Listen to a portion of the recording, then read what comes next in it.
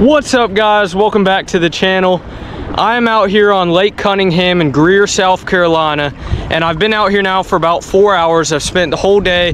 I started off going for perch and all that fancy stuff out in the deeper water with drop shots and worms and all that.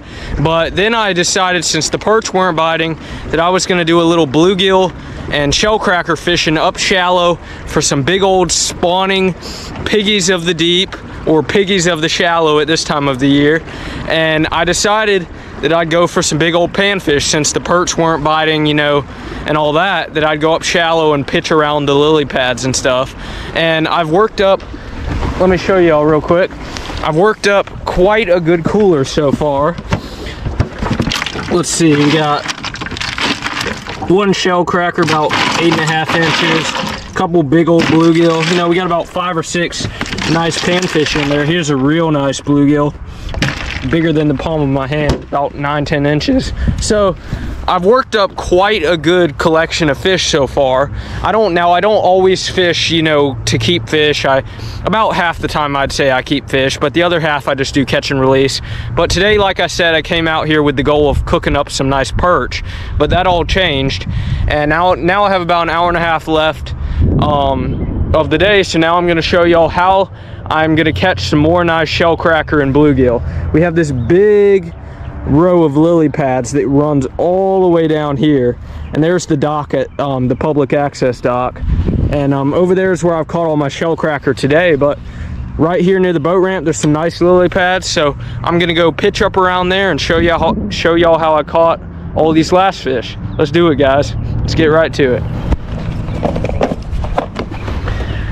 Okay, guys, let me show y'all how I've been catching these fish. So as you can see, I just got snagged.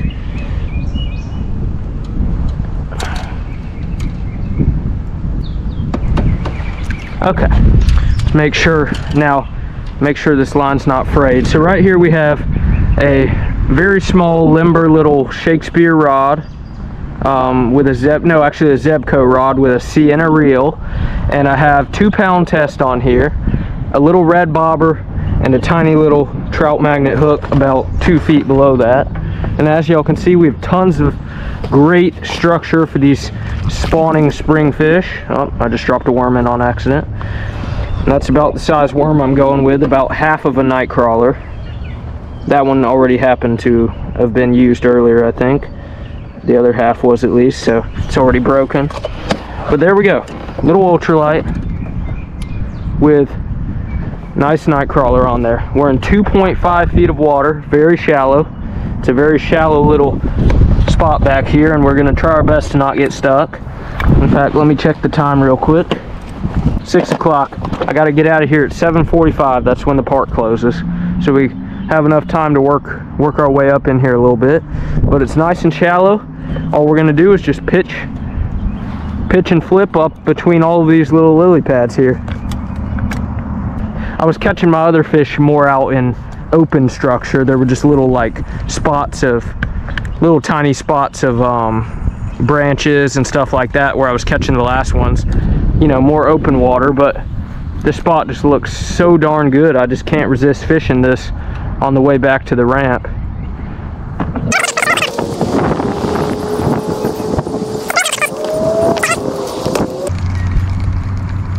Just pitching and flipping.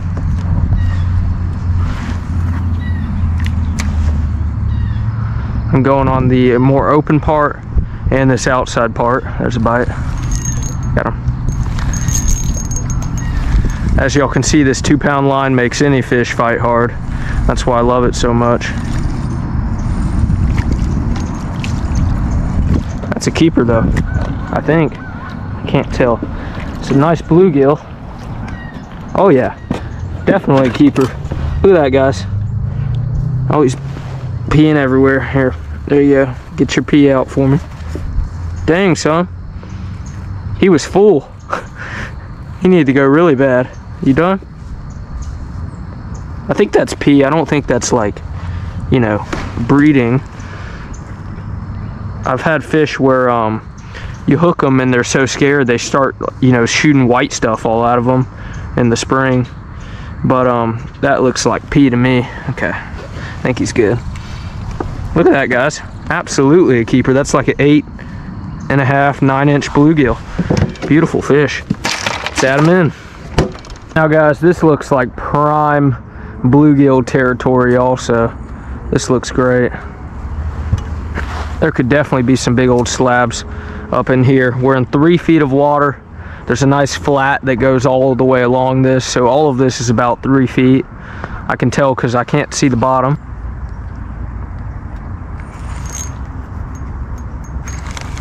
I just saw that bobber slowly swimming sideways. This is a good fish. Probably a shellcracker. Normally the shellcrackers slowly swim off with it. Yep, shellcracker. Look at that big boy. That might be the biggest of the day right there.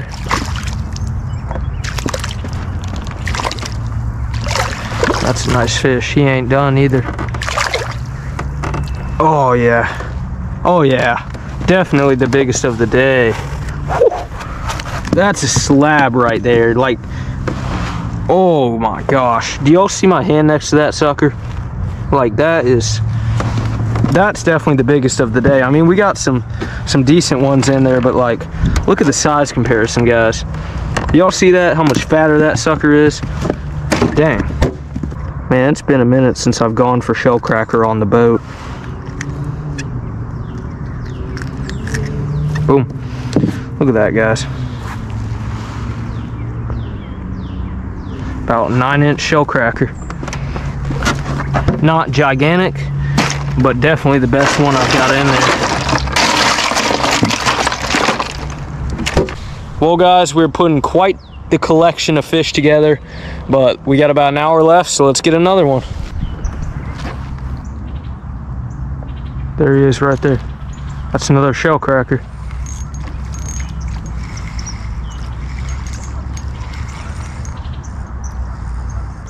Not as big as the last one. Definitely not a keeper, about 7 inches probably. Pretty fish. That's a perfect cast. Yep, there he is. Shellcracker probably.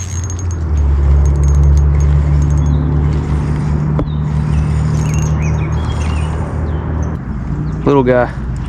Oh no, it's bluegill. Oh, tiny little bluegill.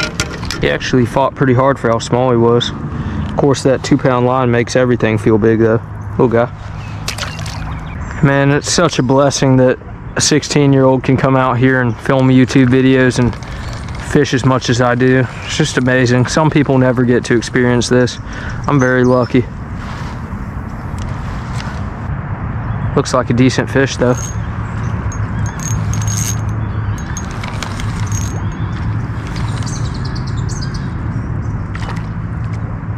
That's a shellcracker for sure. Guys, if y'all don't fish or y'all are just starting to fish, I encourage y'all, if you're just getting started and you're a beginner, you don't have to do it from a boat. Just get some bobber and worm and go bank fish, and you will have so much fun. You don't have to get all fancy and do a bunch of bass fishing and all that. I mean, of course I love doing those things too, but if you're just starting up, there's nothing like seeing a bobber go under. Being out there, just relaxing, it's so amazing.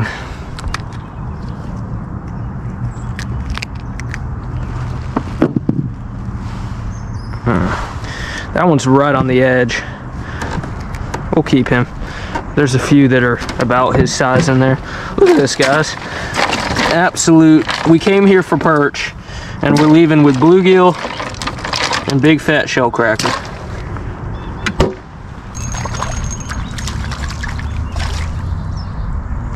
Is that a keeper? Really? Oh no. Never mind.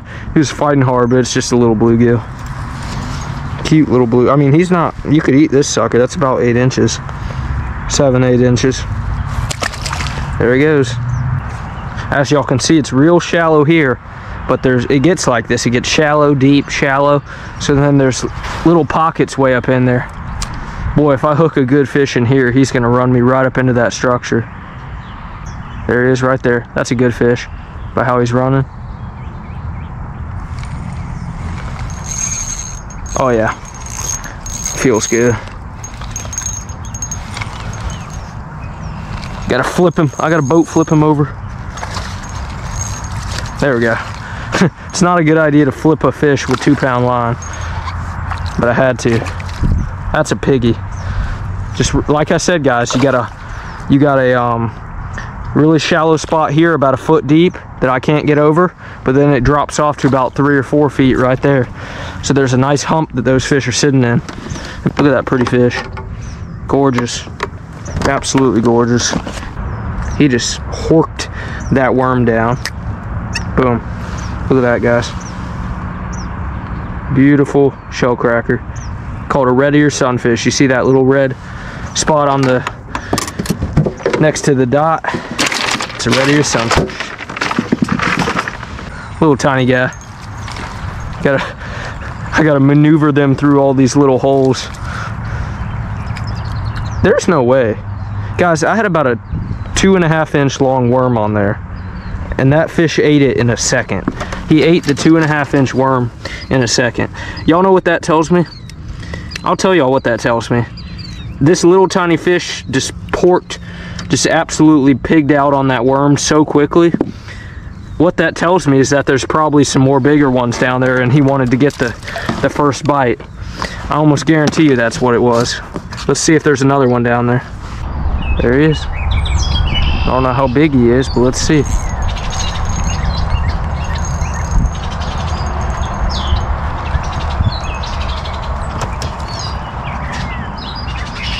Shellcracker. Yep, shellcracker. Oh no, it's a bluegill. Little bluegill. Little bluegill. Pretty fish. I'm using half of the bigger worms and whole smaller worms. So that's about the biggest I'm using right there. Awfully big, but for the shellcracker, it's no problem. But a lot of them I was getting on like little chunks that had been bitten apart and stuff.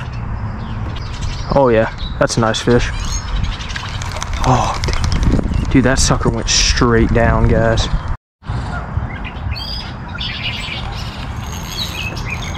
Yeah. Really nice fish.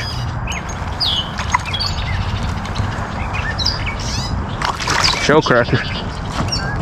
That's a fat boy. That is a fat sucker. Oh my goodness. Look at that. Look how he just horked that minnow down. Oh, he got me good. Ow. Dang. Dude, I'm gonna be bleeding after that one. He stabbed me real good. Look at that, guys. Beautiful shellcracker. Right next to the boat ramp before we leave. Just a big old boy. And I'm catching them just like this. I caught him just casted right out in front of me in about 3 or 4 feet of water.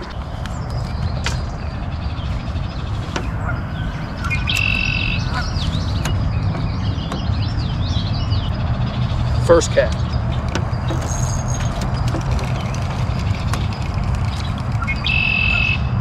Just smoked it.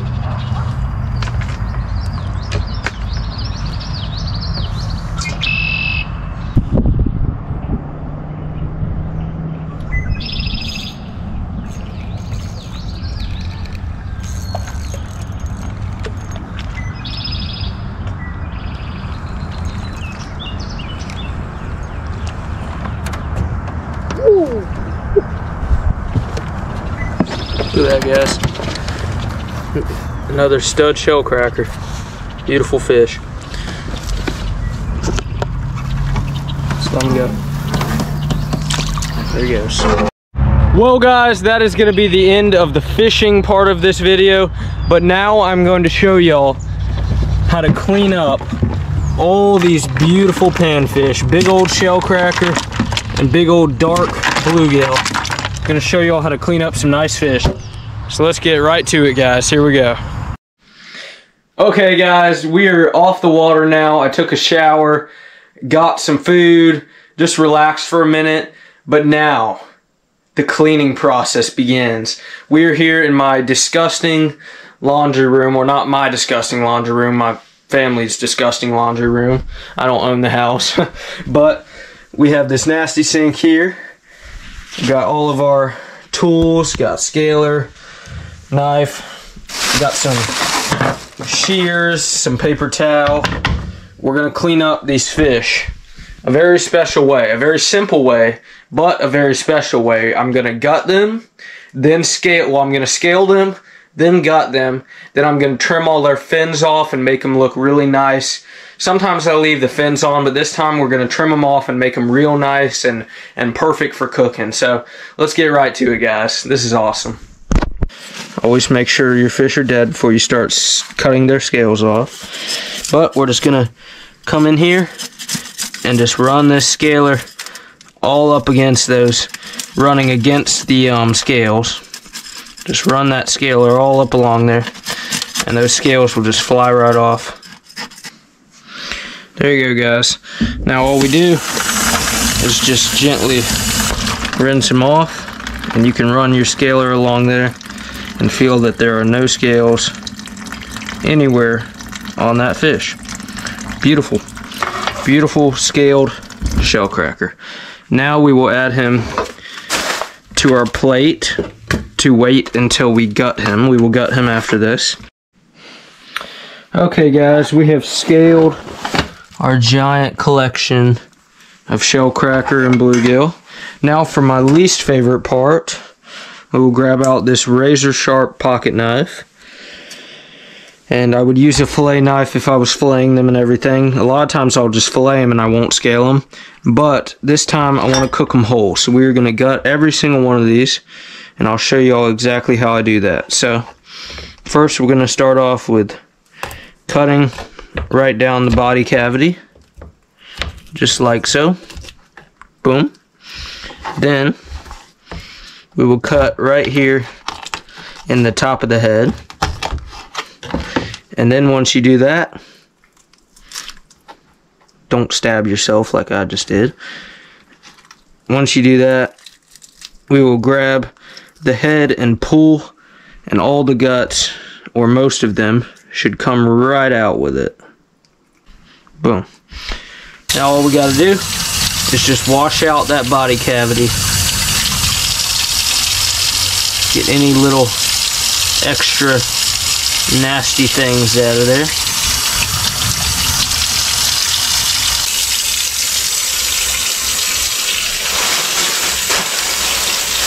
And we will just lay them right here on this bag.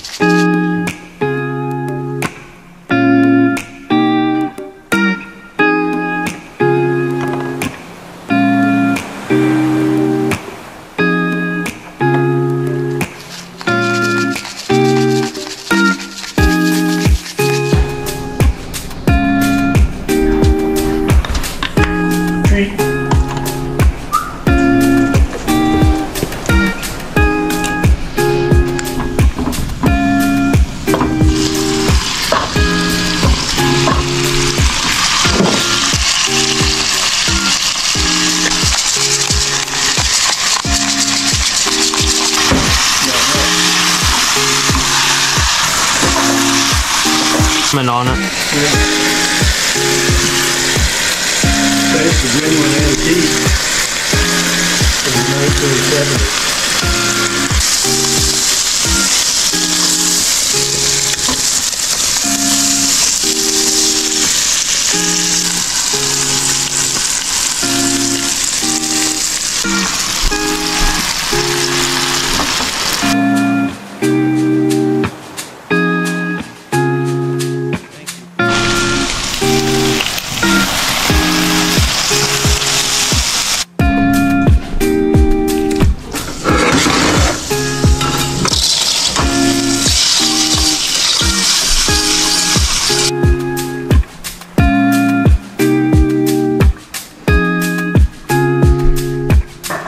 Well guys, we are gonna enjoy this nice meal and go relax for the night. Thank you so much for watching, and as always, I will see you in the next video.